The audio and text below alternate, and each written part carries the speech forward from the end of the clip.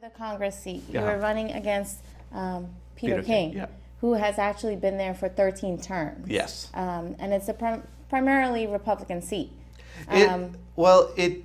It's not really a Republican seat. Right. There are more Democrats in that district than Republicans, but there are more Republicans going out to vote. That's the only thing it is, right? So he's an incumbent. There isn't much controversy. Well, there is stuff that he has done with the Muslim community about having mosques surveilled, etc. So he's a very He's an interesting individual. Let's just keep it that way. Okay. But who I'm going up against right now, I believe is far worse. He's been in the state senate since before I was born. He chairs the healthcare committee. The opioid epidemic that we have right now is because of his lack of leadership and him allowing doctors to prescribe whatever they want. And not regulating it enough. Okay. He stops gun control bills and a lot of other bills that would help New Yorkers. Okay.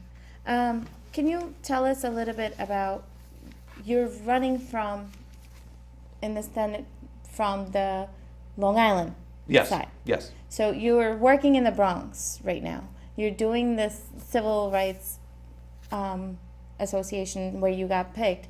You're working in the Bronx. How the shift came about into Long Island? Well, you have to run where you live. Okay. Right? So that's why this was the best venue for me at this moment. Now, the work that I've done in the Bronx, I can give an analogy of a boat. All the, let's say we have a leak in the front of the boat.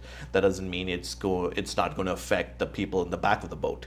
So the Bronx is just a couple of miles away from Long Island, and what happens there is surely going to come to Long Island. Poverty has risen in Long Island, and if we go the way we do right now, we are going to end up like the Bronx. I mean, it's not going to happen like in the next 10 years, but it's going to happen. And this is what we need to stop. There are a lot more people growing old and staying in their homes. Taxes are incredibly high, and children are moving out of Long Island. So you don't have that young generation out on Long Island anymore. Right. You have an older population who will most likely just get Social Security income, and the taxes are $12,000, $13,000. That's like a year's full of Social Security. You're going to have a lot of people in poverty. Hey YouTube fans, I'm Tanuja. Thanks for checking out our YouTube channel. Subscribe to watch the latest interviews, ITV's coverage of feature events, and digital exclusives. And don't forget that you can get ITV on Spectrum, Cablevision, and RCN.